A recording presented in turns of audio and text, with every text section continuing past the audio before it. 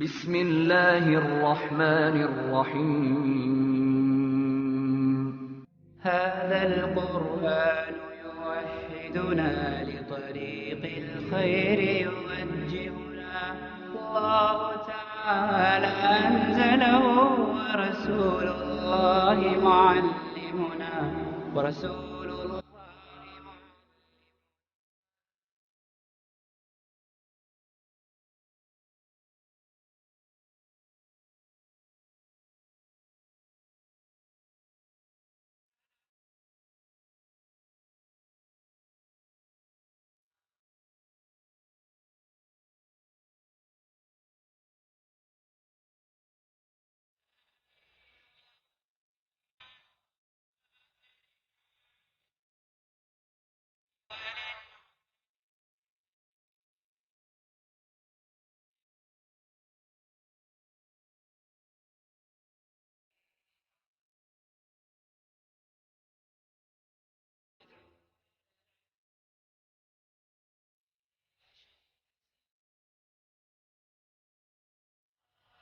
إن الحمد لله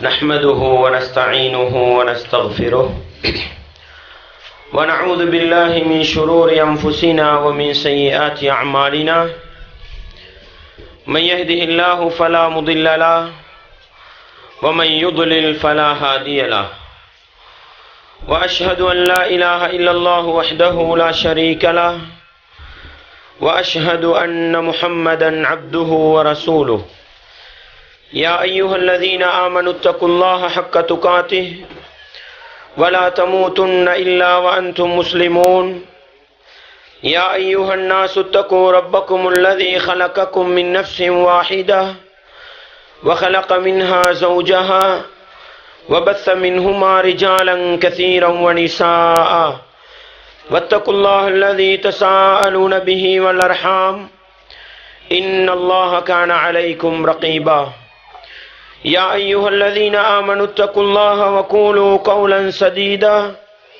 يصلح لكم أعمالكم ويغفر لكم ذنوبكم ومن يطع الله ورسوله فقد فاز فوزا عظيما أما بعد فإن أصدق الحديث كتاب الله وخير الهدي هدي محمد صلى الله عليه وسلم وشر الأمور محدثاتها وكل محدثة بدعة وكل بدعة ضلالة وكل ضلالة في النار வார்த்தைகளில் சிறந்தது வல்லவன் ரஹ்மானின் வார்த்தை என்றும் நடைமுறைகளில் சிறந்தது நபிகளார் ஸல்லல்லாஹு அலைஹி வஸல்லம் அவர்களுடைய வாழ்க்கை வழிமுறை என்றும் அவர்களுடைய வாழ்க்கை வழிமுறைகளுக்கு பின்னால் மார்க்கத்தில் புதிதாக புகுத்தப்பட்டவைகள் கர்மங்களிலே மிக மோசமானவைகள் பிதஅத்துகள் எல்லா பிதஅத்துகளும் வழிகேடுகள் எல்லா வழிகேடுகளும் மனிதனை நரகத்துக்கு இட்டுச் செல்லும் என்று சொன்னவனாக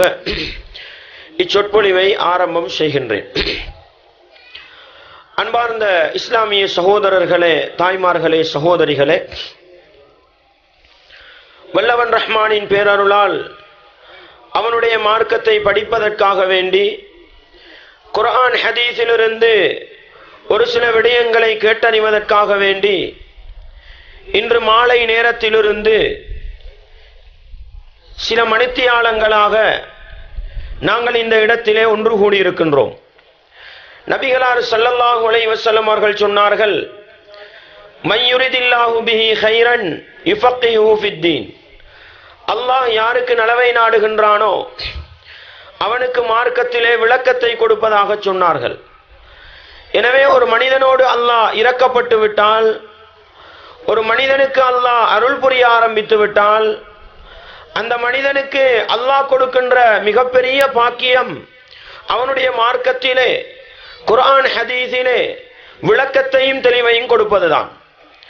அன்பார்ந்தவர்களே, இஸ்லாமிய உறவுகளே, இந்த இடத்தில் மிக முக்கியமான ஒரு விடயத்தை நான் சொல்லியாக வேண்டும்.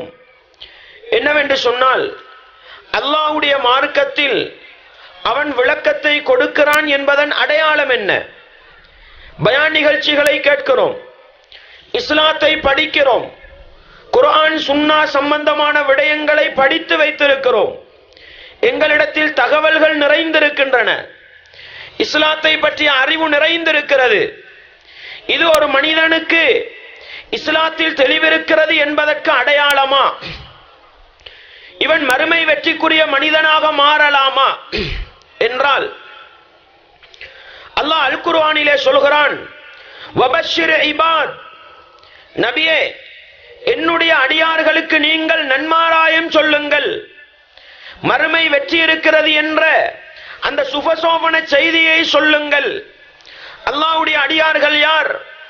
அல்லதீன யஸ்தமிஊனல் கௌல, அவர்கள் சொல்லப்படுகின்ற செய்தியை காது தாழ்த்தி கேட்பார்கள். ஃபயத்தபிஊன அஹ்ஸனஹு, சொல்லப்பட்டதில் மிகச்சிறந்ததை பின்பற்றி நடப்பார்கள். இப்படிப்பட்ட என்னுடைய அடியார்களுக்கு மறுமை வெற்றி இருக்கிறது என்ற அந்த நற்செய்தியை சொல்லுங்கள் என்று படைத்தவன் அல்லாஹ் அல் குர்ஆனிலே சொல்லுகின்றான். அன்பார்ந்தவர்களே, இஸ்லாமிய உறவுகளே, பயான் நிகழ்ச்சிகளை கேட்பது மாத்திரம் என்னையும் உங்களையும் அல்லாஹ்வுக்கு நெருக்கமான மனிதர்களாக மாற்றுமா என்று கேட்டால் ஒருபோதும் மாற்றாது. இஸ்லாத்தை படிப்பது மாத்திரம், குர்ஆன் ஹதீஸுடைய தகவல்களை மாத்திரம் சேமித்து வைத்திருப்பது என்னையும் உங்களையும் அல்லாஹ்வுக்கு நெருக்கமான மனிதனாக மாற்றுமா என்று கேட்டால் ஒருபோதும் அது மாற்றாது. மாறாக அல்லாஹ்வுடைய வேத கட்டளைகளை படித்து, குர்ஆன் சுன்னாவுடைய போதனைகளை படித்து அதை எங்களுடைய வாழ்க்கையிலே அமுல்படுத்துவதனூடாகத்தான் அல்லாஹ்வுடைய மார்க்கத்தில் சரியான தெளிவு பெற்ற மனிதர்களாக நானும் நீங்களும் மாறி மறுமை வெற்றிக்குரிய கூட்டத்திலே பேர் பதிக்க முடியும் என்பதை எப்பொழுதுமே நானும் நீங்களும் மறந்து விடாமல் உள்ளத்தில் ஆழமாக நிறுத்திக் கொள்ள வேண்டும். எனவே அன்பார்ந்தவர்களே, இஸ்லாமிய உறவுகளே, தாய்மார்களே, சகோதரிகளே, இவ்வளவு நேரமாக நானும் நீங்களும் இந்த இடத்திலே வீற்றிருந்து குர்ஆன் சுன்னாவுடைய போதனைகளை கேட்டிருக்கிறோம் என்று சொன்னால், படித்திருக்கிறோம் என்று சொன்னால், எங்கள் மீதுள்ள அடுத்த கடமை என்ன? எவைகளை கேட்டோமோ அதிலே குர்ஆன் சுன்னாவுக்கு நேர்பட்ட விடயங்களை எங்களுடைய வாழ்க்கையிலே அமுல்படுத்த வேண்டும், நாங்கள் நடைமுறைப்படுத்த வேண்டும். அதனூடாகத்தான் அல்லாஹ்வுக்கு நெருக்கமான மனிதர்களாக மாற முடியும் என்பதை நானும் நீங்களும் ஒருபோதும் மறந்து விடாமல் இந்த இடத்திலே என்ன சொல்லப்படுகிறது என்பதை காது தாழ்த்தி கேட்டு, சொல்லப்படக்கூடிய செய்திகள் குர்ஆனுக்கும் ஹதீஸுக்கும் நேர்பட்டு வரக்கூடிய நிலையில் முடியுமான அளவு எங்களுடைய வாழ்க்கையிலே நாங்கள் அமுல்படுத்தி, நாங்கள் எவற்றையெல்லாம் எங்களுடைய வாழ்க்கையிலே அமுல்படுத்துகின்றோமோ அவைகளை அடுத்த சகோதர சகோதரிகளுக்கு எடுத்து சொல்லிக் கொடுப்பதன் மூலம் இந்த சந்தர்ப்பத்தை தந்த அல்லாஹ்வுக்கு நன்றி செலுத்துகின்ற நல்ல மனிதர்களாக வாழ்ந்து நல்லவர்களாக மரணிக்க முயற்சி செய்வோம் என்று கூறிக்கொண்டவனாக என்னுடைய தலைப்புக்குள் நான் நுழைகின்றேன். அன்பார்ந்த இஸ்லாமிய உறவுகளே, தாய்மார்களே, சகோதரிகளே, மரண பயம் இல்லாத சம்பாத்தியம், பொருளீட்டல் என்ற ஒரு தலைப்பு எனக்கு கொடுக்கப்பட்டிருக்கிறது. இந்த தலைப்பை பொறுத்தவரையில் இந்த காலகட்டத்தில் கட்டாயம் பேசப்பட வேண்டிய ஒரு தலைப்பு, ஒவ்வொரு முஸ்லிமும் ஆழமாகவும் அர்த்தமுணர்ந்தும் படிக்க வேண்டிய ஒரு தலைப்பு. ஏனென்று சொன்னால், நபிகளார் ஸல்லல்லாஹு அலைஹி வஸல்லம் அவர்கள் சொன்னார்கள், யதி அலன்னாசி ஸமானுன் லா யுபாலில் மர்உ மா அகத மின்ஹு அமினல் ஹலால் அம்மினல் ஹராம். நபிகளார் ஸல்லல்லாஹு அலைஹி வஸல்லம் அவர்கள் சொன்னார்கள், மனிதர்களுக்கு ஒரு காலம் வரும், அந்த காலத்திலே மனிதன் பொருளாதாரத்தை எடுப்பான், பொருளாதாரத்தை தேடுவான். ஆனால் அது ஹலாலான வழியில் வருகிறதா, ஹராமான வழியில் வருகிறதா என்பதை அவன் பொருட்படுத்தவே மாட்டான். அப்படிப்பட்ட ஒரு காலம் மனித சமூகத்துக்கு வரும் என்று சொன்னார்கள் நபிகளார் ஸல்லல்லாஹு அலைஹி வஸல்லம் அவர்கள்.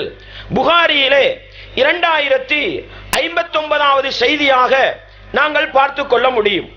அன்பார்ந்தவர்களே, இஸ்லாமிய உறவுகளே, இந்த ஹதீஸினூடாக நபிகளார் எங்களுக்கு என்ன சொல்லித் தருகிறார்கள்? மனிதர்களுக்கு ஒரு காலம் வரும், அந்த காலத்திலே மனிதன் பொருளாதாரத்தை தேடுவதில் கவனம் செலுத்துவான். பொருளாதாரத்தை தேடுவான், அதிலே மூழ்கி இருப்பான். ஆனால் ஹலாலான வழியில் வருகிறதா ஹராமான வழியில் வருகிறதா என்பதை அவன் பார்க்கவே மாட்டான் என்று சொல்லுகிறார்கள். அன்பார்ந்தவர்களே, இந்த சொற்பொழிவு நிகழ்ச்சியை கேட்டுக்கொண்டிருக்கின்ற என்னுடைய ஒவ்வொரு இஸ்லாமிய உறவுகளும் கொஞ்சம் சிந்தித்து பாருங்கள். நாங்களும் பொருளாதாரத்தை தேடுகின்றோம், நாங்களும் பொருளாதாரத்தை திரட்டுகின்றோம், நாங்களும் கொடுக்கல் வாங்கல் செய்கின்றோம். எந்த அளவுக்கு எனக்கு வருகின்ற ஒவ்வொரு ரூபாய்களும் ஹலாலான வழியில் வருகிறதா பார்க்கிறோமா, அல்லது ஹராமான வழியில் வருகிறதா பார்க்கிறோமா? எங்களிடத்திலிருந்து செலவாகக்கூடிய ஒவ்வொரு ரூபாய்களும் ஹலாலான வழியில் செலவழிக்கப்படுகிறதா அல்லது ஹராமான வழியில் செலவழிக்கப்படுகிறதா என்று பார்க்கிறோமா? அன்பாண்டவர்களே, இந்த கேள்வியை இந்த இடத்திலிருந்து இந்த சொற்பொழிவை கேட்கின்ற என்னுடைய இஸ்லாமிய உறவுகளிடத்தில் கேட்டால் பெரும்பாலும் 90% இல்லை என்று சொல்லுகின்ற அளவுக்கு மறுமை நாளையின் அடையாளங்களாகத்தான் நானும் நீங்களும் வாழ்ந்து கொண்டிருக்கிறோம் என்பதை இந்த நபிமொழி எனக்கும் உங்களுக்கும் சொல்லி காட்டுகிறது. எனவே அன்பார்ந்தவர்களே, இன்றைக்கு பொதுவாகவே மனிதன் பொருளாதாரம் வர வேண்டும் என்பதில் தான் கவனம் செலுத்திக் கொண்டிருக்கிறான். எப்படி வருகிறது என்பதை பார்க்காதவனாக இருக்கிறான் என்று சொன்னால், இந்த காலகட்டத்திலே ஒரு மனிதன் பொருளாதார ரீதியாக பக்குவப்படுத்தப்பட வேண்டுமா, பொருளாதார ரீதியாக சீர்திருத்தப்பட வேண்டுமா? ஒவ்வொரு மனிதனுக்கும் இந்த தலைப்பு அவசியமானது என்பதை மறந்துவிடக் கூடாது. அன்பார்ந்தவர்களே, இஸ்லாமிய உறவுகளே, மரணத்திற்கும் பொருளாதாரத்தை தேடுவதற்கும் இடையில் என்ன தொடர்பு இருக்கிறது? இந்த தலைப்பில் 2 விடயங்கள் போடப்பட்டிருக்கிறது. மரணத்தை பயப்படாத பொருளீட்டல் அல்லது மரணத்தை மறந்த பொருளீட்டல். இதில் 2 பகுதிகள் இருக்கின்றன. மரணத்தை மறப்பதற்கும் பொருளாதாரத்தை திரட்டுவதற்கும் என்ன சம்பந்தம் இருக்கிறது? சுருக்கம் சகோதரர்களே, ஒரு மனிதன் மரண சிந்தனையோடு இந்த உலகத்திலே வாழ்ந்தால், நான் ஒரு நாள் இந்த உலகத்திலிருந்து மரணிப்பேன், மறுமையில் படைத்தவன் அல்லாஹ் என்னை எழுப்புவான், என்னை விசாரிப்பான், நான் நல்லவனாக இருந்தால் சுவனத்தை பரிசாக தருவான், நான் கெட்டவனாக இருந்தால் நரக நெருப்பை கொண்டு தண்டிப்பான் என்ற அந்த சிந்தனை எவனிடத்தில் இருக்குமோ அவனுடைய பொருளாதாரம் நல்லதாக இருக்கும், அவனுடைய வருமானம் நல்லதாக இருக்கும், அவனுடைய சேமிப்பு நல்லதாக இருக்கும். எந்த ஒரு மனிதன் நான் இந்த உலகத்துக்கு வாழ வந்தவன், என்னுடைய பொருளாதாரம் என்னை வாழச் செய்கிறது, என்னுடைய சொத்து செல்வங்கள் என்னை வாழச் செய்கின்றன என்ற சடவாத சிந்தனையோடு மரணத்தை மறந்தவனாக, மறுமையை மறந்தவனாக இந்த உலகத்தில் வாழ்வானோ அவனுடைய பொருளாதாரம் மோசமானதாக இருக்கும், அவன் பொருளாதாரத்தை திரட்டுகின்ற வழி மோசமானதாக இருக்கும். இதை நானாக சொல்கிறேனா? இல்லை சகோதர சகோதரிகளே. அல்லாஹ் அல் குர்ஆனிலே மிக முக்கியமாக 2 இடங்களில் இதை வலியுறுத்தி காட்டுகிறான். ஒன்று என்ன? அல்ஹாக்குமுத் தகாதுர், அல்ஹாக்குமுத் தகாதுர் ஹத்தா ஸுர்துமுல் மகாபிர். அல்லாஹ் சொல்லி காட்டுகிறான், அதிகமாக தேட வேண்டும் என்பது உங்களை திசை திருப்பி விடுகிறது, அதிகமாக தேட வேண்டும் என்பது உங்களை பராக்காக்கி விடுகிறது. எதுவரைக்கும்? ஹத்தா ஸுர்துமுல் மகாபிர், நீங்கள் கபறுகளை சந்திக்கும் வரையில் அதிகமாக தேட வேண்டும் என்பது உங்களை திசை திருப்பி விடுகிறது. எதை விட்டும்? படைத்தவன் அல்லாஹுவை விட்டும், இஸ்லாத்தை விட்டும், மறுமையை விட்டும் ஒரு மனிதனை இந்த பொருளாதார வெறி என்ன செய்து விடுகிறது? திசை திருப்பி விடுகிறது. இவனுடைய கண் எப்பொழுது திறப்படும் தெரியுமா? எப்பொழுது இவன் மரணித்து மண்ணறையை நோக்கி செல்லுகின்றானோ அந்த சந்தர்ப்பத்தில் தான் வாழ்க்கையை வீணாக்கி விட்டேனே, பொருளாதாரத்தை பாழ்படுத்தி விட்டேனே, ஹராமான வழியிலே பொருளாதாரத்தை திரட்டி விட்டேனே, பொருளாதாரத்தை திரட்ட போய் படைத்தவன் அல்லாஹ்வை கோபமூட்டி விட்டேனே என்று சிந்திக்கின்ற ஒரு நிலை வரும் என்பதை படைத்தவன் அல்லாஹ் எனக்கும் உங்களுக்கும் சொல்லி காட்டுகிறான். வயலுல் லிகுல்லி ஹுமஸத்தில் லுமஸா அல்லதி ஜமஅ மாலஹு வஅத்ததா யஹ்ஸபு அன்ன மாலஹு அக்லதா.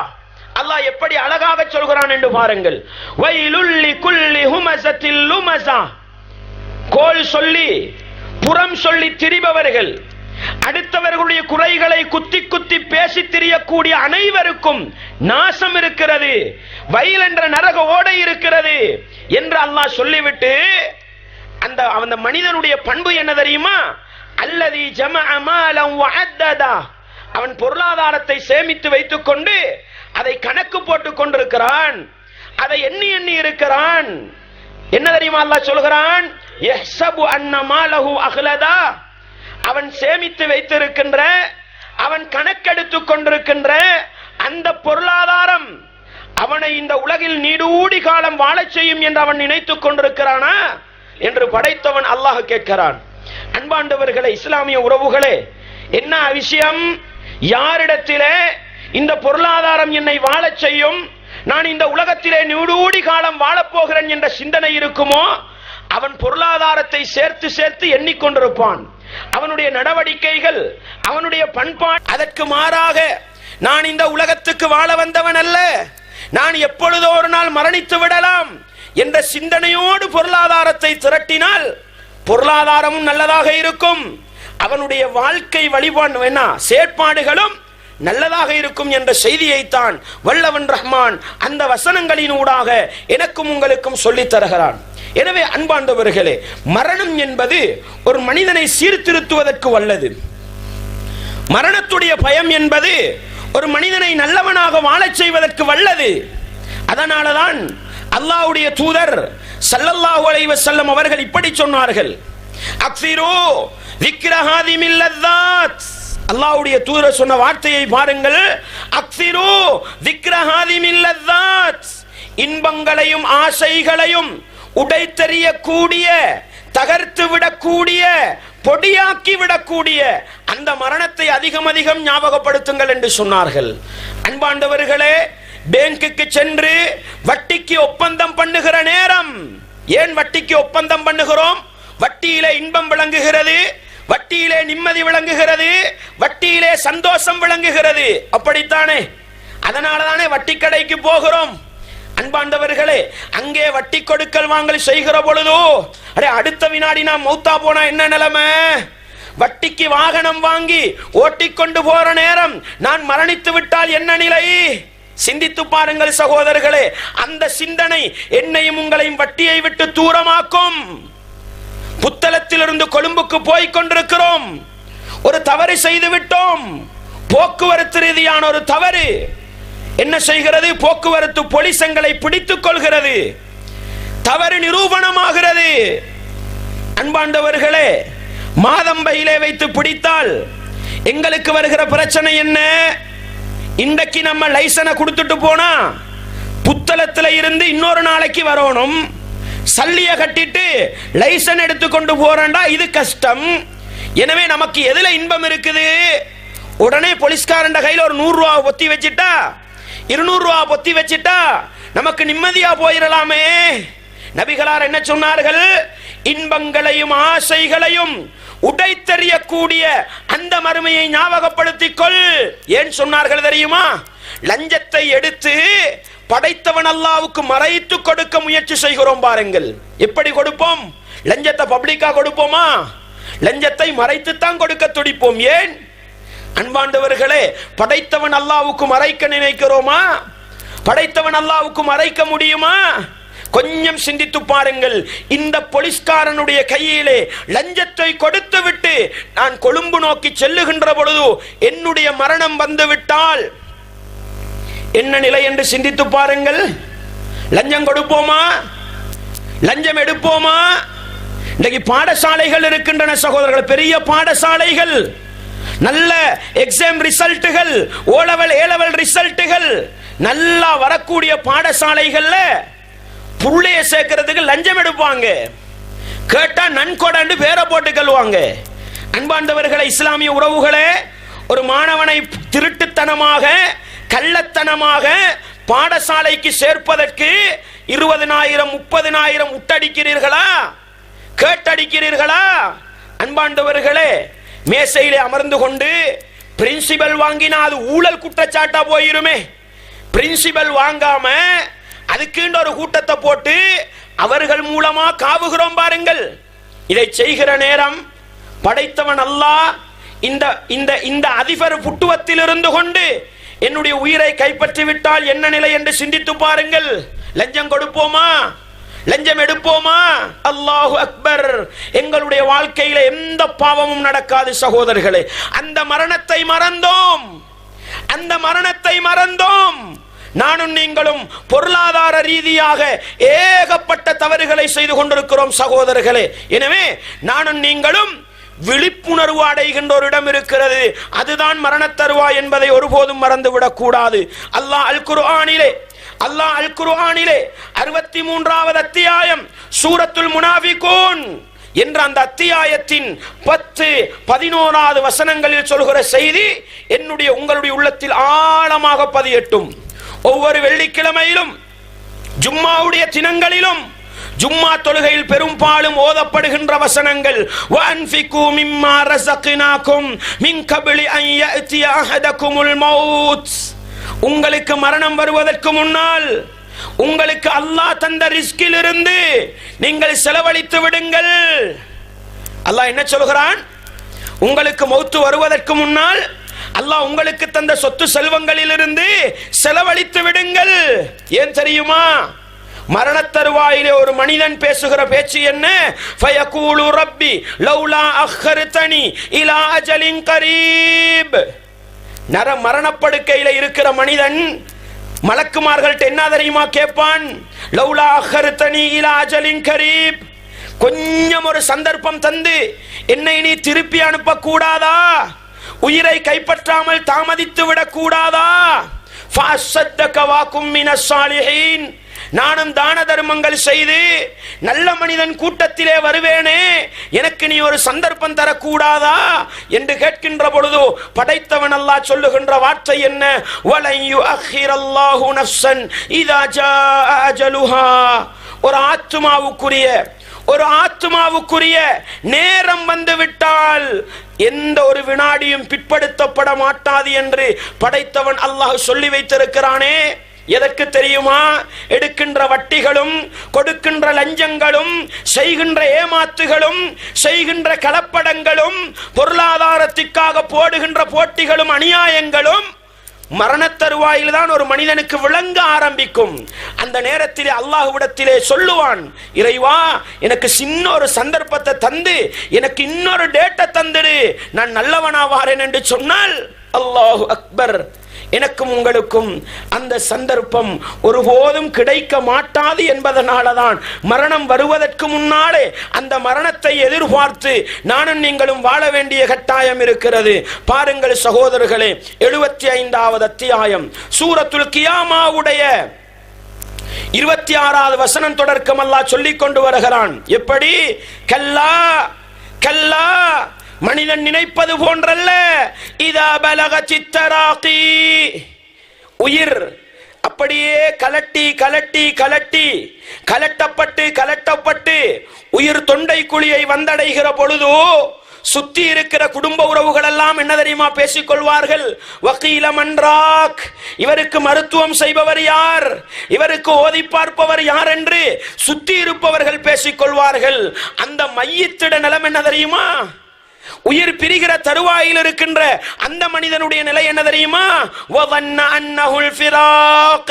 அவன் நினைத்துக் கொள்வான், நான் உலகத்தூட்டு பிரிகிற நேரம் வந்து விட்டது.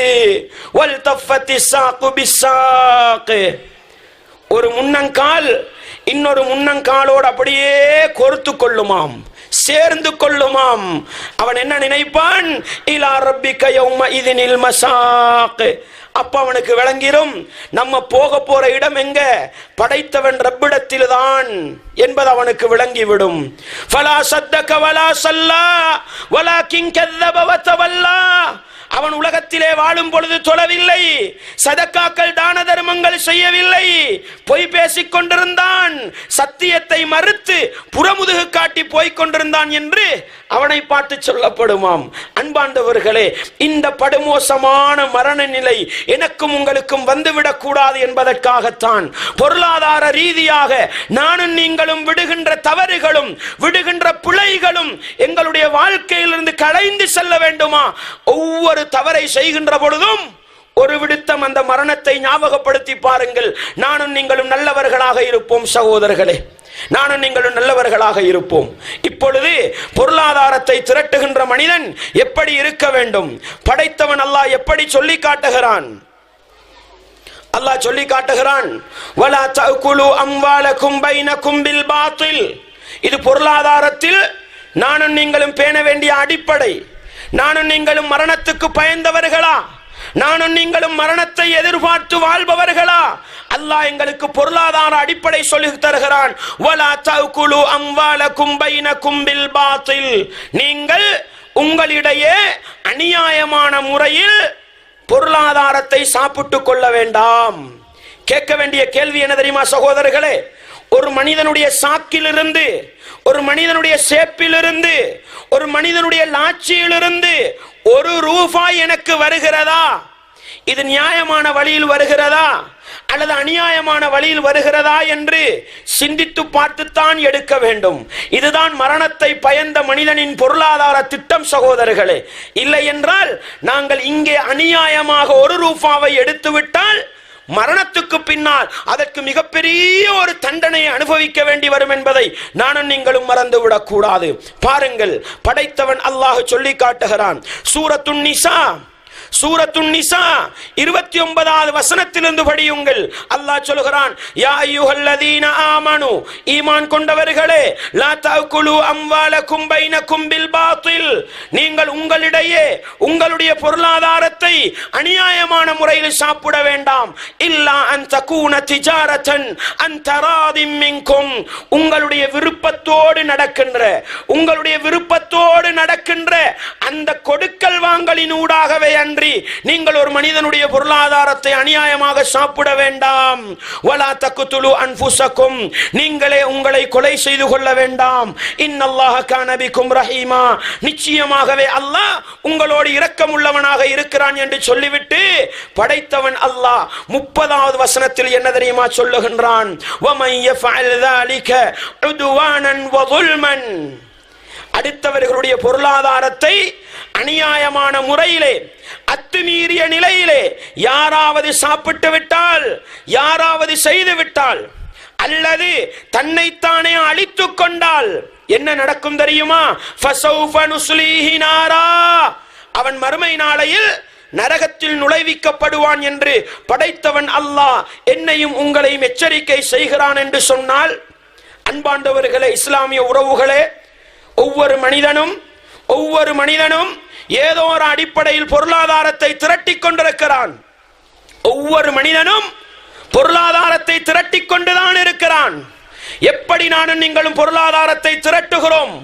ஒரு விவசாய பூமியிலே வேலை செய்து கொண்டிருக்கிறோம்.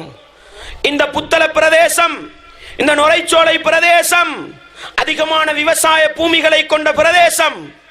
எங்களுக்கு ஒரு விவசாய பகுதி பொறுப்பு தரப்படுகிறது. அங்கிருந்து நாங்கள் ஒரு பப்புளுக்காவை என்ன செய்கிறோமா? எடுக்கின்றோமா? ஒரு கத்திரிக்காவை எடுக்கின்றோமா? ஒரு கொச்சிக்காவை பிக்கின்றோமா? தேங்காய் தோட்டத்திற்கு, தென்னை மர தோட்டத்திற்கு எங்களை பொறுப்பாளியாக போட்டு வைத்திருக்கிறார்கள். யாருக்குமே தெரியாமல் மாசத்துக்கு 5 தேங்காவை திருடி சென்றோமா? அல்லாஹு அக்பர். அடுத்தவனுடைய சொத்திலிருந்து கொடுக்கல் வாங்கல் நியாயமாக நடக்காமல் திருட்டுத்தனமாக, அநியாயமாக, கள்ளத்தனமாக எடுத்து செல்வோமாக இருந்தால் அல்லாஹுவை பயந்து கொள்ள வேண்டும். இங்க தின்றது தேங்காய்தான், இங்கே தின்றது ஒரு பேரக்காய் தான், இங்கே தின்னுவது ஒரு கத்தரிக்காய் தான். ஆனால் மறுமை நாளையிலே நரக நெருப்பை சாப்பிட வேண்டி வரும் என்பதை நானும் நீங்களும் மறந்துவிடக் கூடாது சகோதரர்களே. ஒரு தோட்டத்திலே வேலை செய்கிற பொழுது ஒரு நாளைக்கு 1000 ரூபாய் சம்பளம் தருகிறார்களா? அந்த சம்பளத்துக்கு நானும் நீங்களும் வேலை செய்ய வேண்டும். என்ன நடக்கிறது? தோட்டத்தின் பொறுப்புதாரி பக்கத்திலே இருந்தால் வேலை சரியாக நடக்கிறது.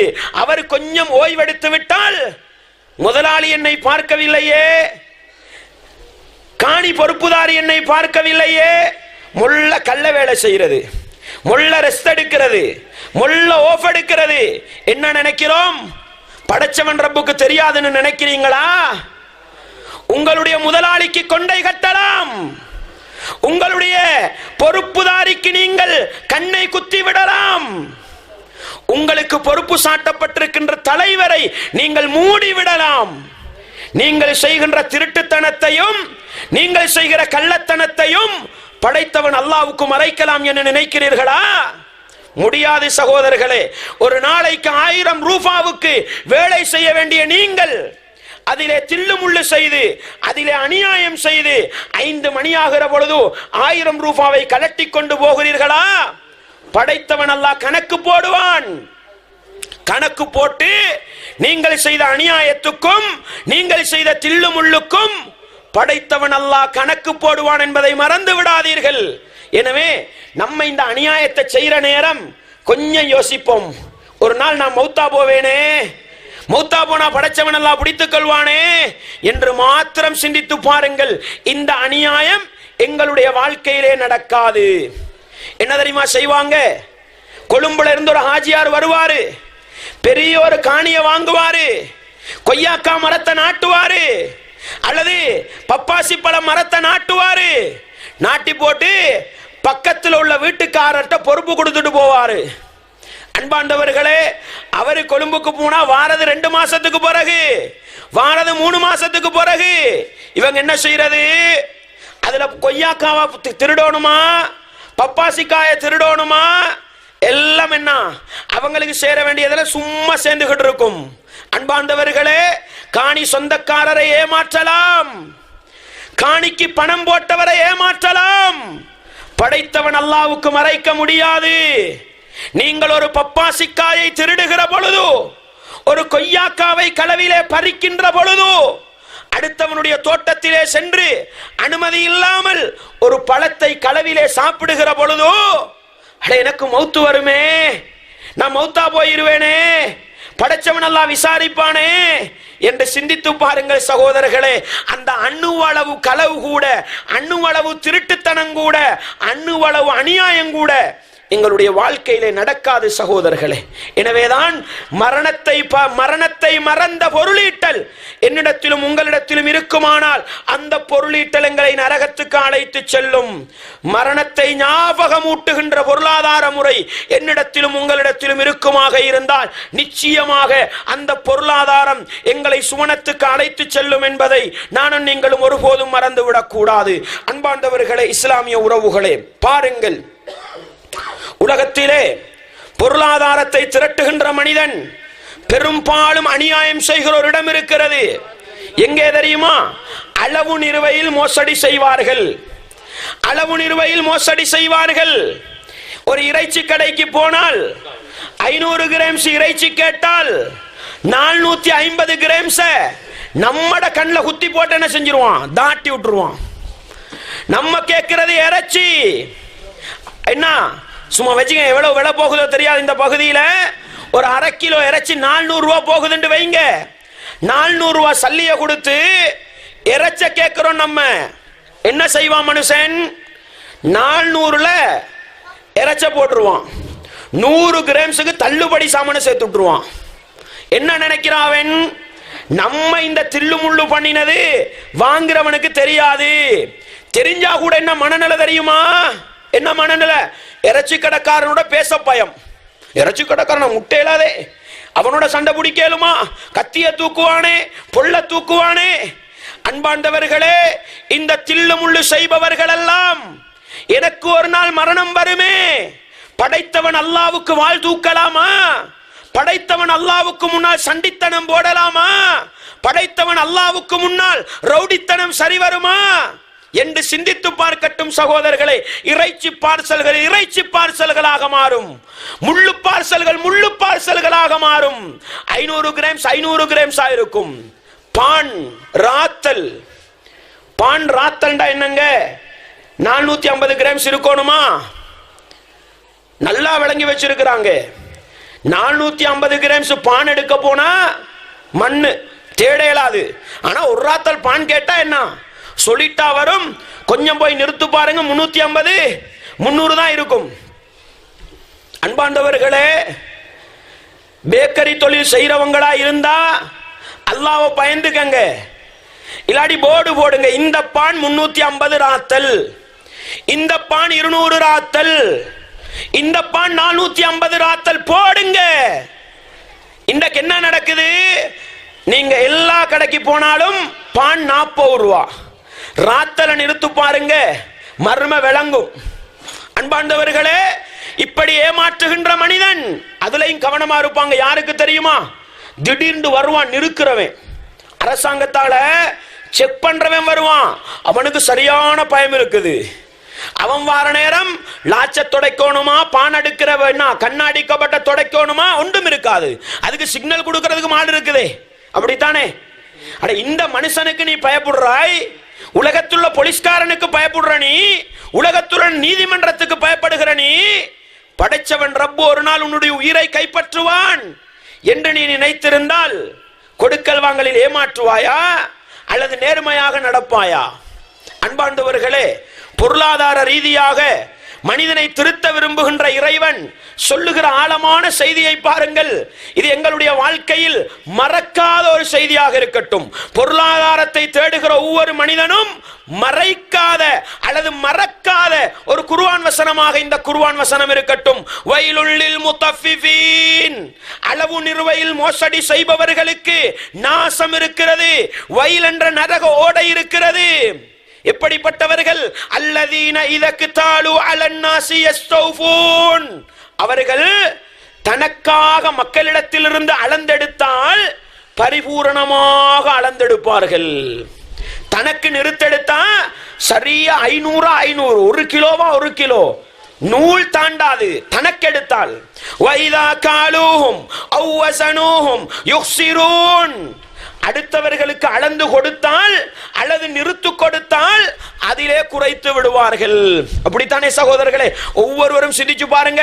இறைச்சி கடைக்கு 9 அரைக்கு இறைச்சி வருதா, 9:25 அந்த இடத்துல போய் நில்லுங்க. எத்தனை பேர் தராசோட நிப்பாண்டு பாருங்க.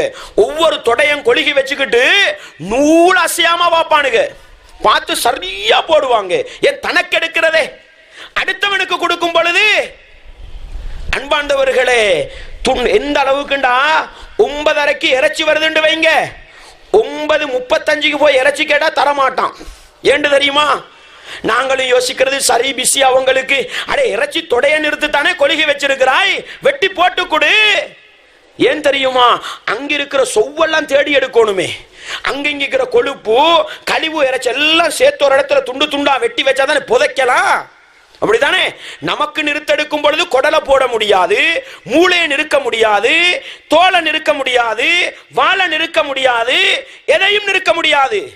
அடுத்தவனுக்கு இறைச்சி கொடுக்க கூட வால்ல ஒரு முள்ளு துண்டை சேர்க்கணுமா, கால் ஒரு மெரபன் துண்டை சேர்க்கணுமா, எல்லாம் நடக்கும். அடுத்தவனுக்கு நிறுத்து கொடுத்தால் அதிலே குறைபாடு செய்வார்கள். இந்த மனிதர்களுக்கெல்லாம் அல்லாஹ் சொல்லுகிற செய்தி என்ன தெரியுமா? அன்பாண்டவர்களே, அல்லாஹ்வை பயந்து கொள்ள வேண்டும். மரக்கறி கடைக்கு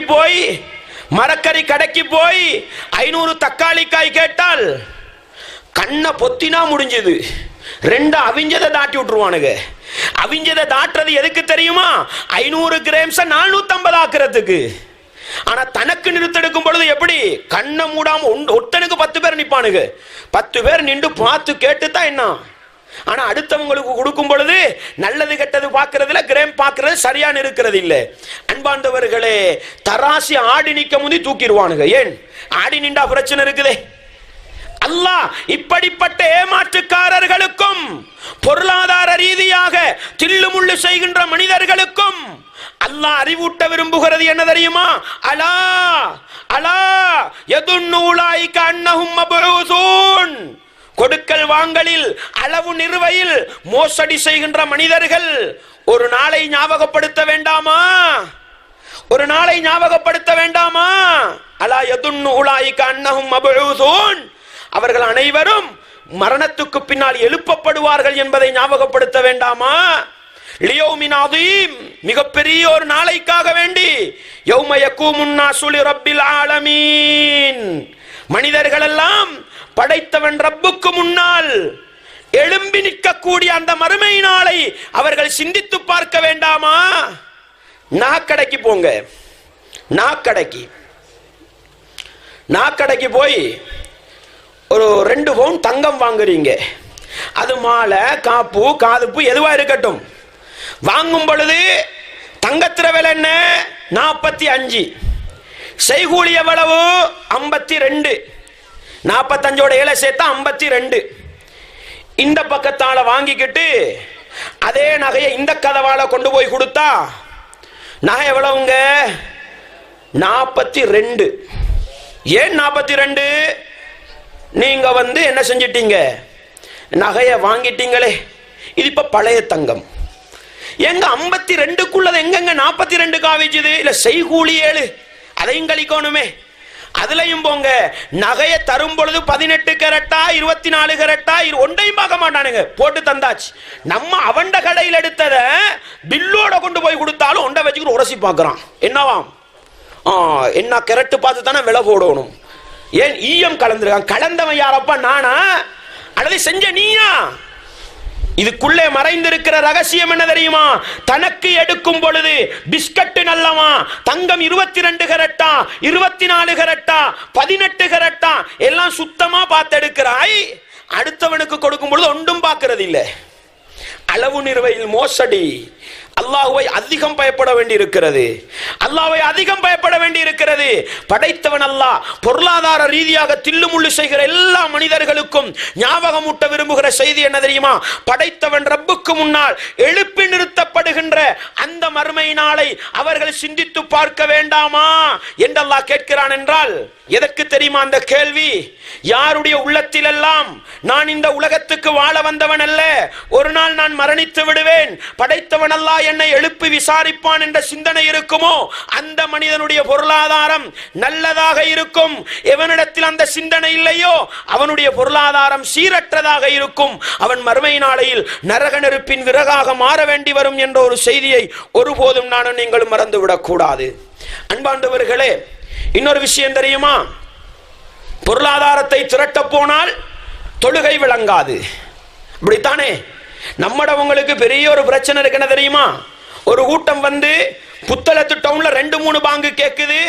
பாங்கு என்ன ஸ்பீக்கர் ஓபன் சொல்லுங்கண்டா எங்கடவனெல்லாம் ரோட்ல அடி பிடிக்கி. ஏன் பாங்கு சத்தத்தை நிப்பாட்டேலாது? அப்படிதானே? மாஷா அல்லாஹ். புத்தளத்து டவுனுக்கு போனா 2-3 பாங்கு சத்தம் கேட்கும். கெசியர் மேசையில் இவர் சாமி மாதிரி உட்கார்ந்து இருப்பாரு. இவருக்கு பாங்கு சத்தம் கேட்காத செவுடி வருது. இவருக்கு தொழுகை கிளம்பி போகலாது, கால் நொண்டி சும்மா உட்கார்ந்து இருப்பாரு. 2-3 பாங்கு கேட்கும். ஆனா இவருக்கு பிரச்சனை தெரியுமா? ஹசரத்து 2-3 பாங்கு கேக்குது ஹசரத்து, எந்த பாங்குக்கு பதில் சொல்றது? நீ ஒன்றுக்கும் பதில் சொல்ல தேவையில்லப்பா, நீ போ தொழுகிறதுக்கு. அன்பாண்டவர்களே, மனுஷனுக்குள்ள பிரச்சனையை பாருங்கள். தொழுவது சிந்தனை அல்ல, தொழுவது நோக்கம் அல்ல. ஜகாத்து அல்லாஹ் பொருளாதாரத்தை அள்ளி கொடுக்கிறான். ஜக்காத்த கணக்கு பார்த்து ஏழைக்குள்ளதை கொடுன்னு சொன்னா அதுல கஞ்சத்தனம் காட்டுறான், அதுல குறைக்கேலுமாண்டு பார்க்கிறான், அதுல தில்லுமுள்ளு வாக்கேலுமாண்டு பார்க்கிறான். என்னென்னமோ நடந்துகிட்டு இருக்குது.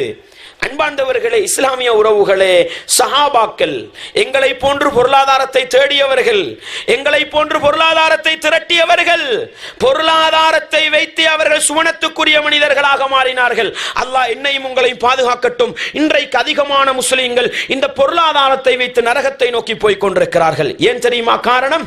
சஹாபாக்கள் பொருளாதாரத்தை திரட்டி சம்பாத்தியம் செய்து எப்படி சுவனத்துக்குரிய மனிதர்களாக மாறினார்கள். அல்லாஹ் சொல்கிறான் கேளுங்கள், அல்லாஹ் சொல்கிறான் கேளுங்கள். 24வது அத்தியாயம் 37வது வசனம். எப்படி? ரிஜாலுன் ரிஜாலுன், அவர்கள் சில மனிதர்கள் தான். ஏன் தெரியுமா இதை போடுறான் அல்லாஹ்? சஹாபாக்கள் மலக்கில்லையே, அவங்களும் மனிதர்கள் தானே. நம்ம இன்றைக்கு எல்லா தவறும் செஞ்சு போட்டு மனுஷன்டா இப்படித்தானே அப்பா அப்படித்தானே திருப்தி அடைகிறது. அதனாலதான் அல்லாஹ் சொல்கிறான் அவர்களும் மனிதர்கள் தான். லா துல்ஹீஹிம் திஜாரத்துன் வலா பைஉன் அன் திக்ரில்லாஹ் வ இகாமிஸ் ஸலாஹ் வ ஈதாஇஸ் ஸகாத்.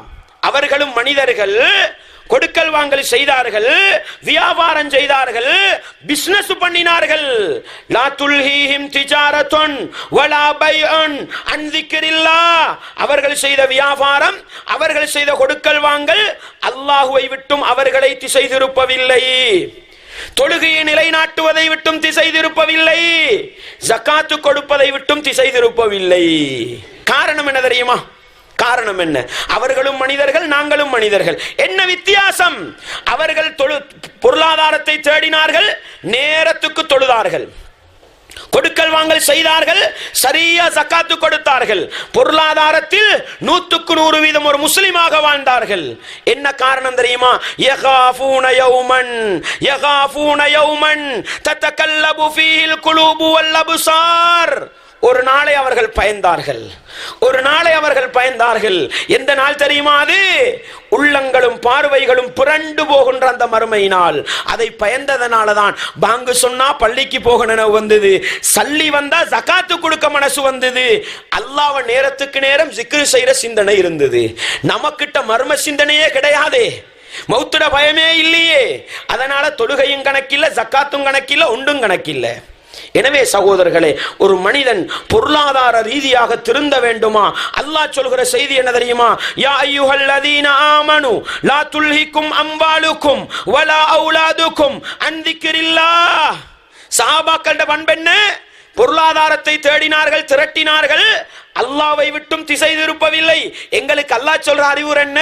ஈமான் கொண்டவர்களே, உங்களுடைய பொருளாதாரமும் உங்களுடைய பிள்ளை குட்டிகளும் அல்லாஹ்வை மறக்கடித்து விட வேண்டாம். அப்படியானால் இப்படிப்பட்ட நல்ல ஒரு பொருளாதாரம், மறுமை நாளையிலே சுவனத்தை நோக்கி அழைத்து செல்லுகிற பொருளாதாரம் என்னிடத்திலும் உங்களிடத்திலும் வர வேண்டுமா? செய்ய வேண்டிய வேலை என்ன தெரியுமா? நான் எப்பொழுதும் மரணித்து விடலாம், என்னுடைய உயிரை அல்லாஹ் எப்பொழுதும் கைப்பற்றி விடலாம். இந்த ஒரு சிந்தனையை மாத்திரம் உள்ளகத்தில் வச்சுக்கிட்டு நடங்க, நானும் நீங்களும் நல்லவர்களாக வாழ்வோம். அன்பார்ந்தவர்களே, மரணத்தை மறந்த பொருளாதாரத்தின் வடிவம் இன்றைக்கு இருக்கின்ற வட்டி கடைகளுக்கும் எங்களுக்கும் இருக்கின்ற தொடர்பு. அன்பார்ந்தவர்களே, வட்டி எத்தனையோ டிசைன்ல வருது. நம்ம மறுமையை மாத்திரம் நம்பி வாழ்ந்தால், மரணத்தை சரியாக பயந்து வாழ்ந்தால், வட்டி எந்த வடிவத்தில் வந்தாலும் நானும் நீங்களும் கவனமாக இருப்போம்.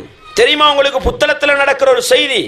புத்தளத்திலே அதிலும் விசேடமாக மன்னாரிலிருந்து வந்த முஸ்லீம்கள் அகதிகளாக குடியேறி வாழ்ந்த பிரதேசங்களில் நடக்கின்ற மிக மோசமான கவலைக்குரிய நரகத்துக்கு இட்டு செல்லுகின்ற ஒரு நிலை என்ன தெரியுமா? மன்னாறு திருப்பி கிடைச்சிட்டது.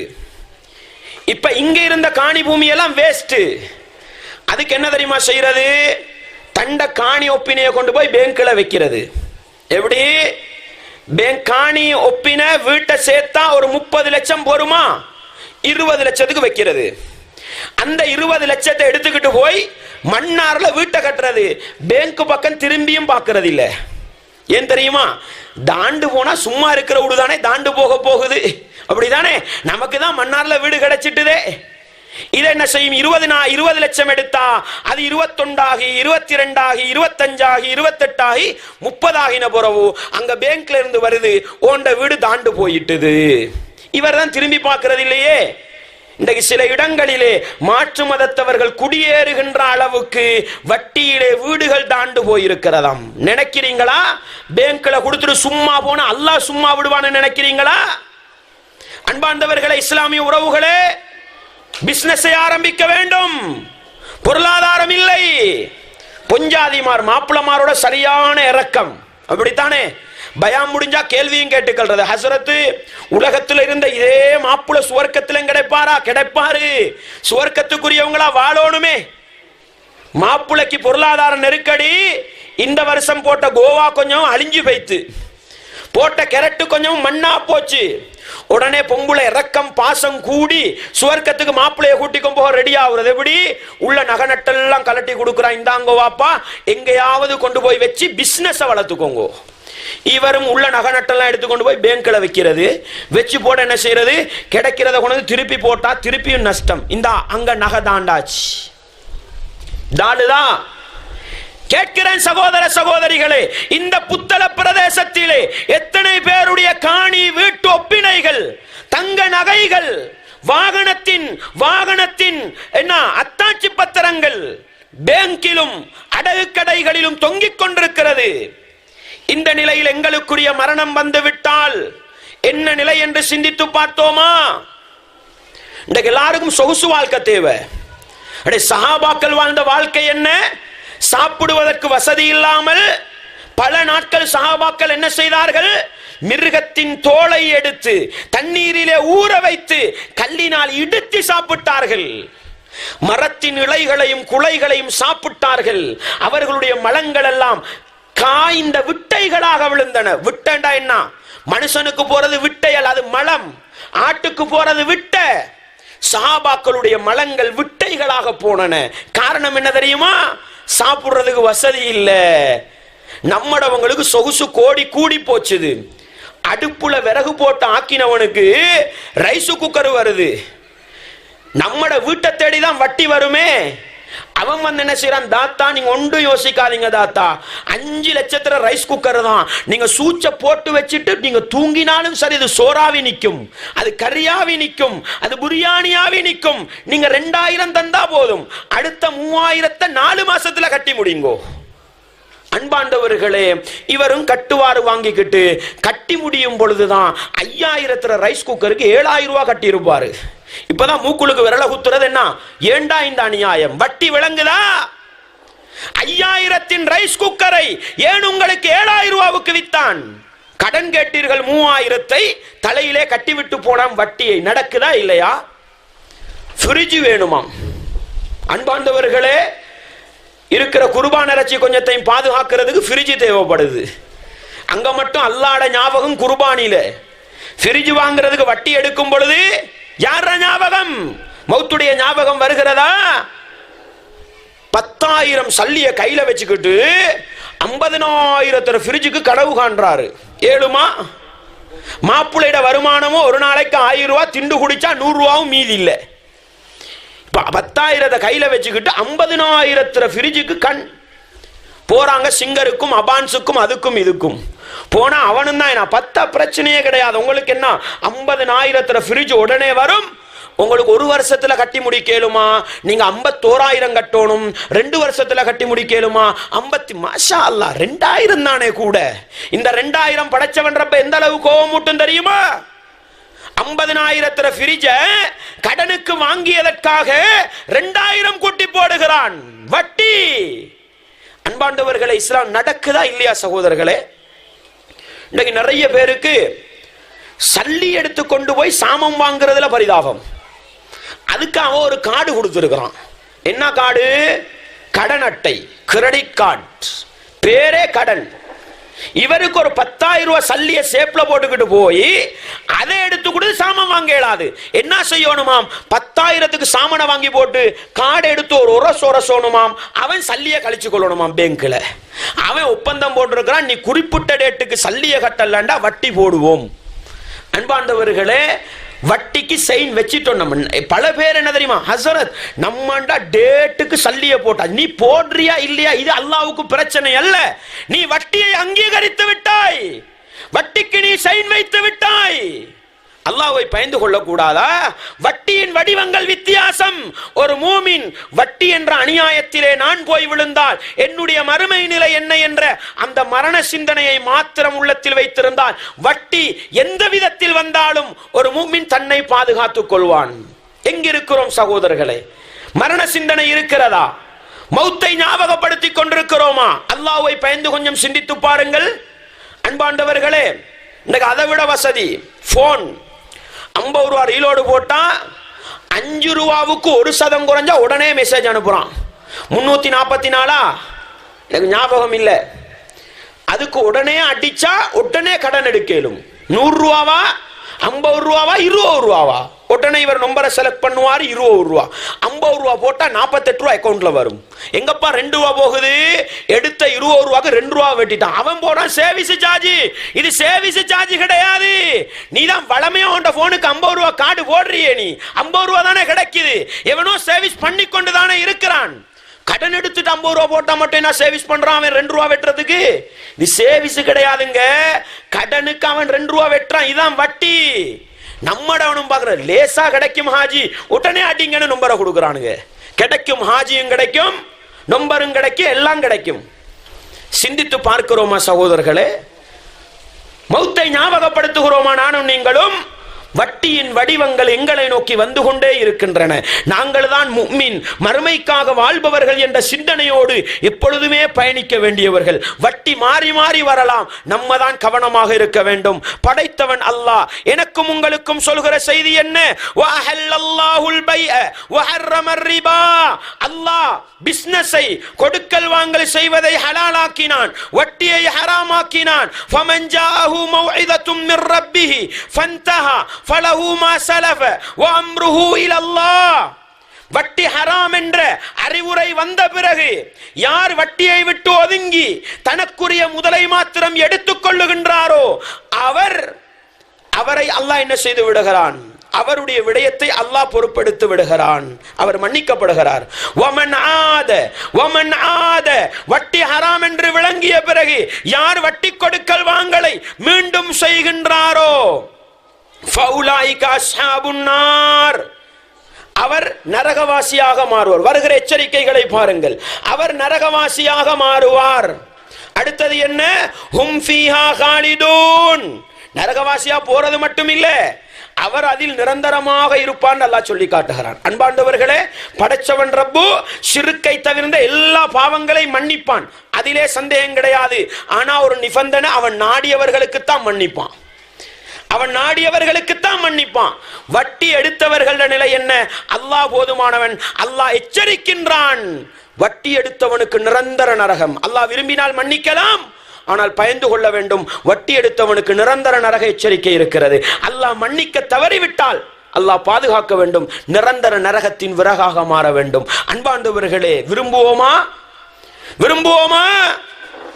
மரணத்தை நானும் நீங்களும் ஞாபகப்படுத்தி, வட்டி எந்த வடிவத்தில் வந்தாலும் நான் ஒரு மூமின், வட்டி கொடுக்கல் வாங்கலில் ஈடுபட மாட்டேன். நபிகளார் ஸல்லல்லாஹு அலைஹி வஸல்லம் அவர்கள் லஅன ரசூலுல்லாஹ், அல்லாஹ்வுடைய தூதர் பதுவா செய்தார்கள், அல்லாஹ்வுடைய தூதர் சாபமிட்டார்கள்.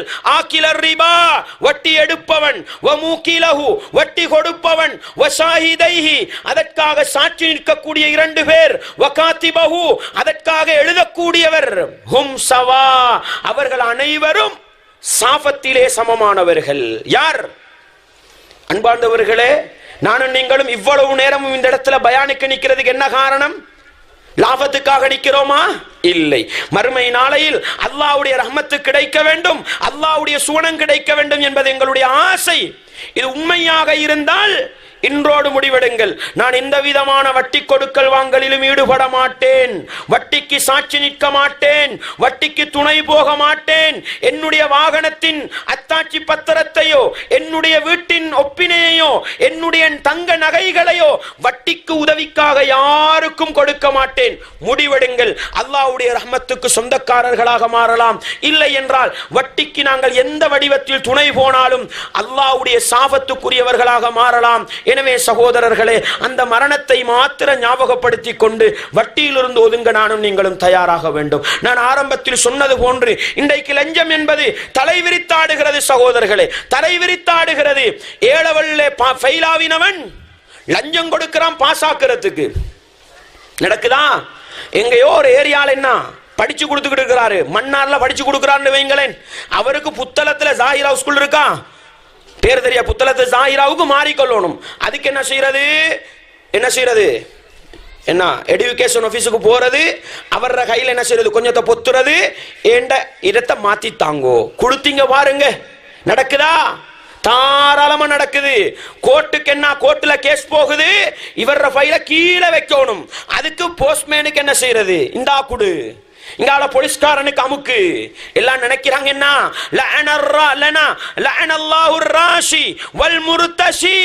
லஞ்சம் கொடுப்பவன், லஞ்சம் எடுப்பவன் அல்லாஹ்வுடைய சாபத்துக்குரியவர்கள். தப்பலாமா?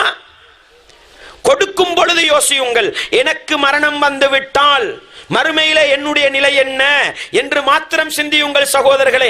பொருளாதாரத்தில் அநியாயம் செய்ய மாட்டோம். ஏமாற்றுகிறார்கள், கலப்படம் செய்கிறார்கள், என்னவெல்லாம் நடக்கிறது. பெட்ரோல் செட்டுக்கு போய் பெட்ரோல் அடிக்க பயம். ஏன்?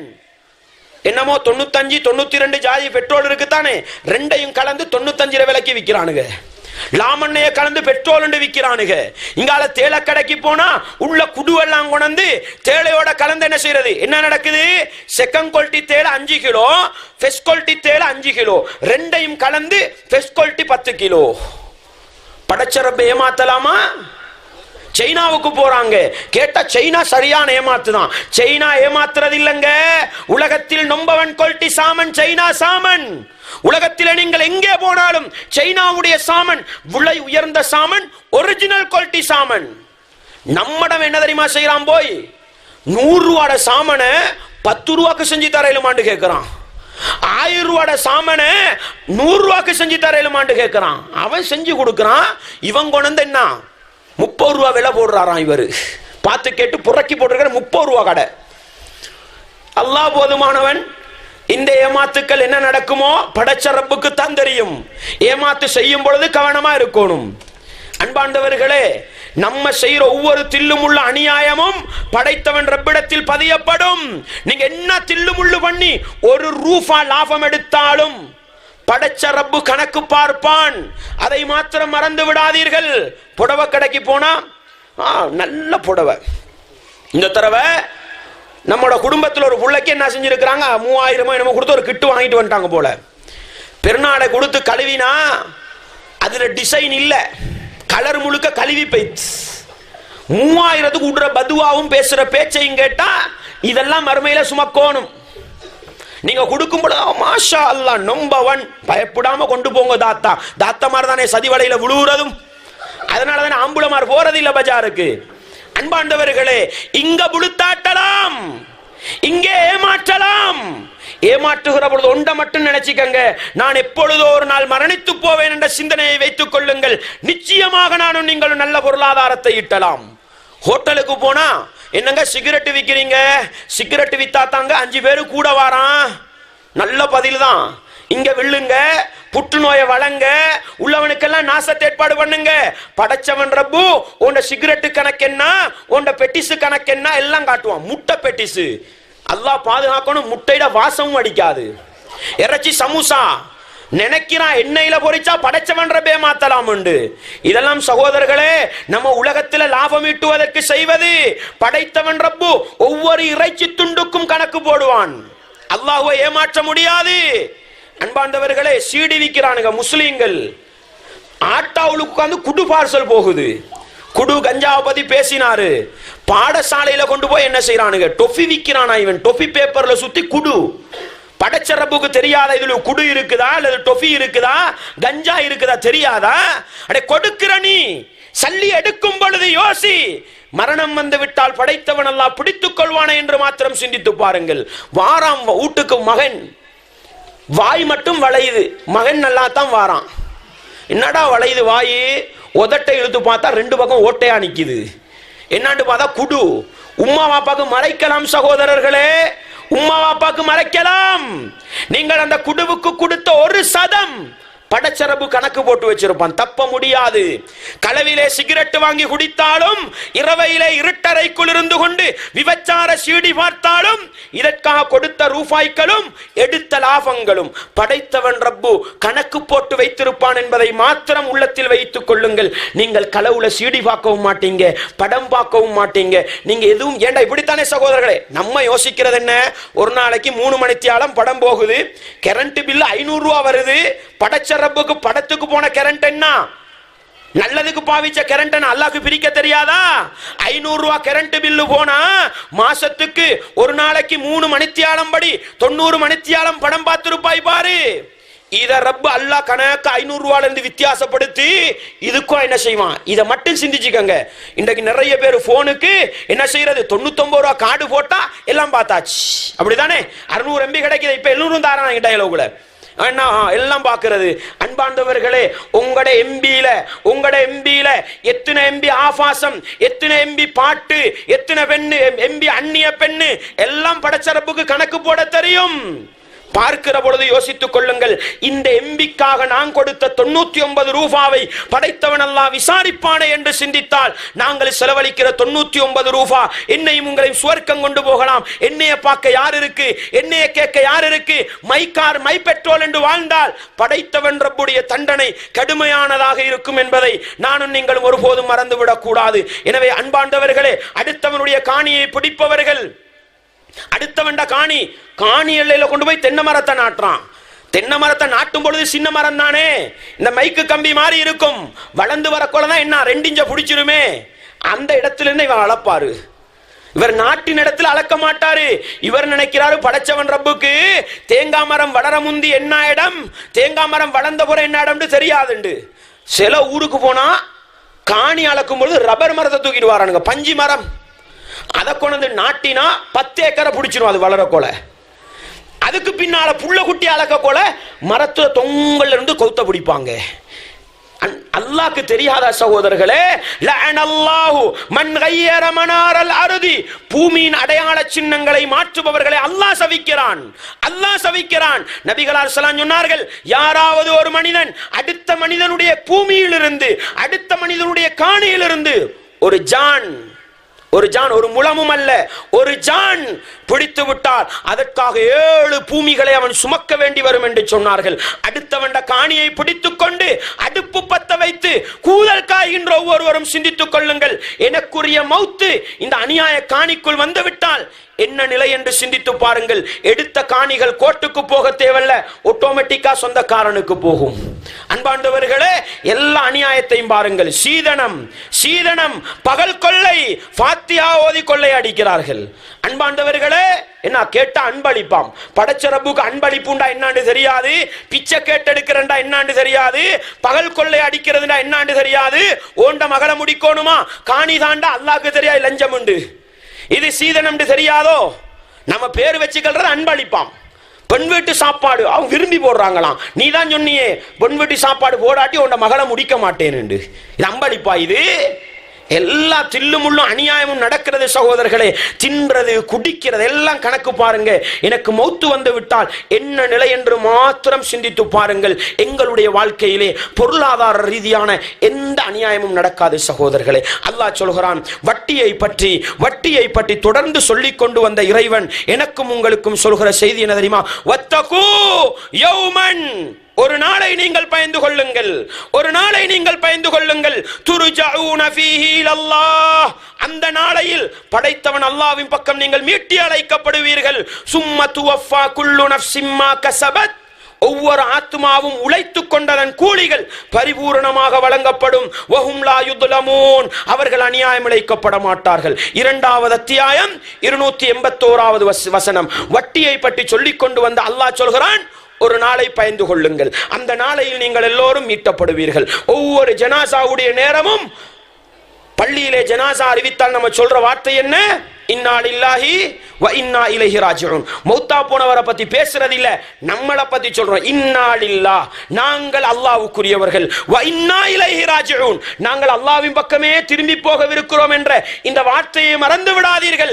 நான் உலகத்துக்கு வாழ வந்தவன் அல்ல, என்றோர் நாள் மரணிக்க வந்தவன் என்பதை ஒவ்வொரு பொருளாதார ரீதியான தவறுக்கு பின்னாலும், ஒவ்வொரு அநியாயத்துக்கு பின்னாலும், ஒவ்வொரு சுரண்டல்களுக்கு பின்னாலும், ஒவ்வொரு ஏமாற்றுக்கு பின்னாலும், ஒவ்வொரு கலப்படத்துக்கு பின்னாலும், ஒவ்வொரு தில்லுமுள்ளுகளுக்கு பின்னாலும் நான் மரணித்து விட்டால் என்ன என்ற அந்த சிந்தனையை மாத்திரம் வைத்துக் கொள்ளுங்கள்.